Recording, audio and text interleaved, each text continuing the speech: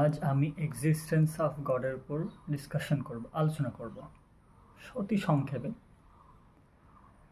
আমরা যদি মানব সভ্যতার ইতিহাসে আস্তিক্যবাদ ও নাস্তিক্যবাদ নিয়ে দেখি, তখন দেখব যে আস্তিক্যবাদের ইতিহাসই বেশি পুরনো।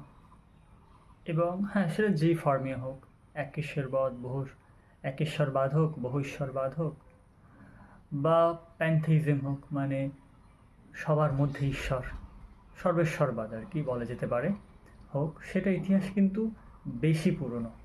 অর্থাৎ মানব সভ্যতা যদি আমরা প্রাচীন সভ্যতাগুলো দেখি, প্রায় সকল সভ্যতায় আমরা ঈশ্বরের অস্তিত্ব দেখতে পাব। এরপর নাস্তিক্যবাদের ইতিহাস দেখলে দেখব যে সেটা অবশ্যই বেশ বেশ কয়েক হাজার বছরের পুরনো, কিন্তু সেটা মানে আস্তিক্যবাদের মতো অত পুরনো না, সেটা তো কয়েক হাজার বছরের পুরনো।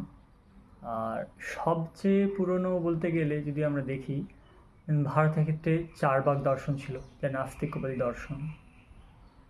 আর এরপর আছে বৌদ্ধ যেটা দর্শন আছে আর কি, এটা একদম নাস্তিক ঠিক না, এটা হচ্ছে সংশয়বাদী দর্শন, ইংলিশে বলা যায় অ্যাগনস্টিসিজম, যে সংশয়বাদ। এটা এখানে ঈশ্বরের কোনো ক্লিয়ার কনসেপ্ট পাওয়া যায় না। এছাড়া ওয়েস্টার্ন কান্ট্রিতে বিভিন্ন সময় দেখি আমরা সেই সময় অস্তিত্ব দেখতে পাবো। যেমন অ্যারিস্টটলের যে দর্শন আছে তার থেকে ওরা হেল্প নেয়, যারা আস্তিক, এই নাস্তিক যারা, তারা প্লেটোর দর্শন যেগুলো আছে বা গ্রিক ফিলোসফি, সেগুলো একটা দারুণ ব্যাপক প্রভাব আছে নাস্তিকতাবাদের উপর, মানে সারা বিশ্বের নাস্তিকতাবাদের উপর।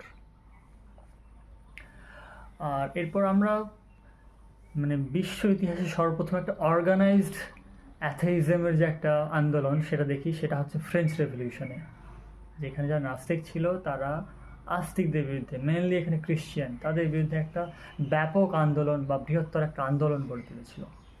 সেটা আমরা দেখতে পাই, যেক্ষেত্রে তারা আস্তিকদের উপরে ব্যাপক অত্যাচার চালায়। আবার এর উল্টোটাও যুগ যুগ বিভিন্ন সভ্যতা দেখেছি আমরা, যারা নাস্তিক বা যারা সেই ফিলোসফির বাইরের লোক, তাদের বিরুদ্ধে চলেছে, দূরে দেখা যায়।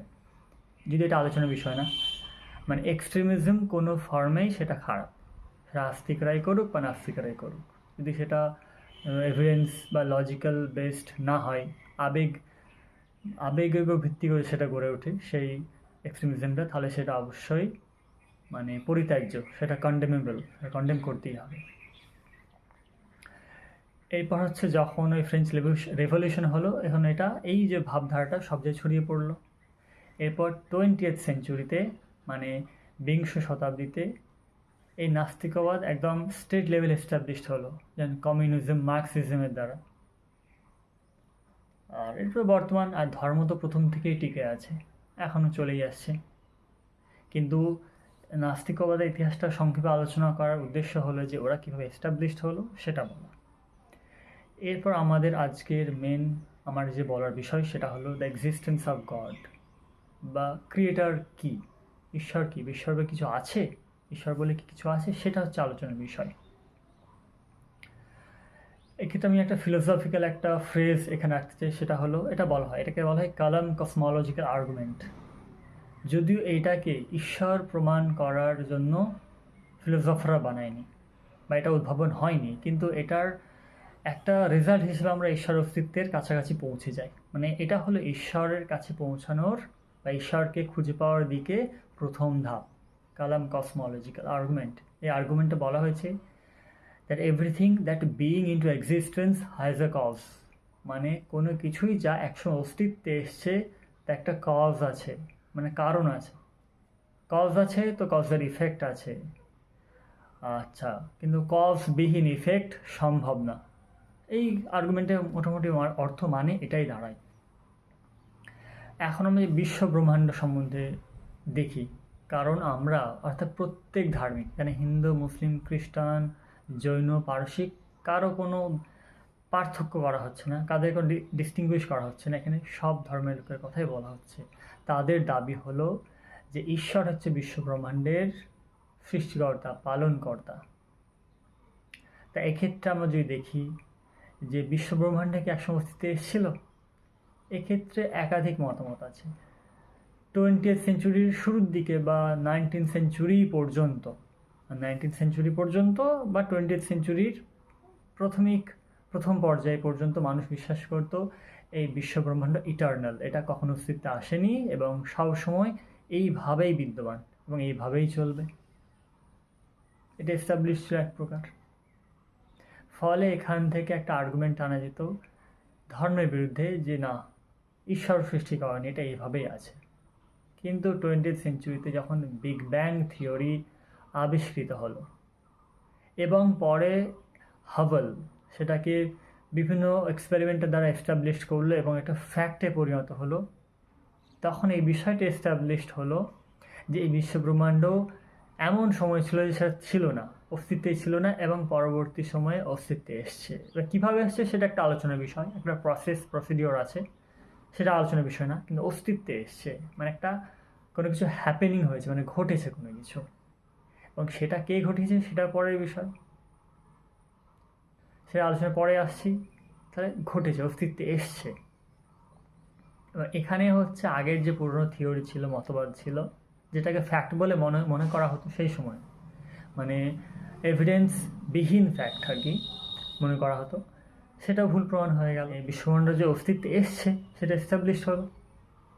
এবার কালাম কসমোলজিক্যাল আর্গুমেন্টের প্রয়োগ, যে everything that being into existence has a cause, আর university being into existence so it must have a cause, এটা অবশ্যই একটা কজ থাকবে, কারণ থাকবে। এটাকে বিভিন্নজন বিভিন্ন এক্সপ্লেন করে, আর আমরা সেখানে ধার্মিক তারা বলি কি ঈশ্বর। সেই সময় কোনো এন্টিটি ছিল না যে অস্তিত্ব আনবে। আর ইউনিভার্সিটির এক্সিস্টেন্স, তারপরে তার মধ্যে পৃথিবী আছে, পৃথিবী নিয়ে কনসিডার করি, যে আমাদের পক্ষে আরও একটা ভালো এক্সাম্পল হবে, বোঝার ক্ষেত্রে সুবিধা হবে, যে ঈশ্বর এই বিশ্বকে এমনভাবে সৃষ্টি করেছে, সূর্য থেকে তার দূরত্ব হোক, গ্র্যাভিটেশনাল ফোর্স হোক, ফ্রিকশনাল ফোর্স হোক, বা হাজারো মানে ম্যাথমেটিক্যাল মডেল হোক, এই বিশ্বব্রহ্মাণ্ডের মধ্যে আছে, বা এতটা ব্যালেন্সড, এতটা নিখুঁতভাবে তৈরি হয়েছে, এত কনস্ট্যান্ট আছে, ধ্রুবক আছে, যার এই এতগুলো আলোচনা করলাম, তার বায়ুমণ্ডল অবস্থান আছে, জলচক্র হোক, জোয়ার ভাটার ব্যাপার হোক, ঋতু পরিবর্তন হোক, এই সবগুলোর মধ্যে এমন একটা রিদম ছন্দ আছে, যে ছন্দের মানে হাজারো ছন্দের মধ্যে যদি একটা ছন্দহীন হয়ে যায়, মানে সেটা না থাকে, তাহলে বিশ্বব্রহ্মাণ্ডের অস্তিত্ব বিলীন হয়ে যাবে। অর্থাৎ হাজার হাজার ফ্যাক্টর একসঙ্গে মিলিত হয়ে এই বিশ্বব্রহ্মাণ্ড সৃষ্টি প্লাস এর মধ্যে মানুষের থাকার পক্ষে উপযোগী পরিবেশ গড়ে তুলেছে। তাহলে এই হাজারো ফ্যাক্টরকে যদি প্রবাবিলিটি তত্ত্বে বিচার করি, যে হাজারোটা ফ্যাক্টর মিলে যাওয়ার সম্ভাবনা, একসঙ্গে মিলে যাওয়ার সম্ভাবনা কতটা, টেন্স টু 0। অর্থাৎ র্যান্ডামলি এই হাজারটা ফ্যাক্টর মিলিত হয়ে এই বিশ্বব্রহ্মাণ্ড অস্তিত্বে আসার যে ভাবনা, সেটা একদম ইললজিক্যাল এবং সায়েন্টিফিক্যালি ইম্পসিবল। নিশ্চয়ই এর পিছনে কোনো নেসেসিটি বিইং বা কোনো ইন্টেলেক্ট ছিল, যে ইন্টেলেকচুয়ালি এগুলোকে অর্গানাইজ করেছে, ফলে বিশ্বব্রহ্মাণ্ড অস্তিত্বে এসছে এবং মানুষের থাকার, শুধু অস্তিত্বে আসেনি, মানুষের থাকার পক্ষে উপযোগীও হয়েছে, এবং তাকে আমরা ধার্মিকরা বলি কি ঈশ্বর। সে ছাড়া সম্ভব না, আর এমনি এমনি হওয়া তো সম্ভবই না, কারণ সে প্রথমেই বলেছিলাম যে everything that being to existence as a cause, যে কালাম কসমোলজিক্যাল আর্গুমেন্ট, সে আর্গুমেন্টের ভিত্তিতে বলা যেতে পারে যে হ্যাঁ, বিশ্ব ব্রহ্মাণ্ডের কোনো সৃষ্টিকর্তা আছে। Thank you.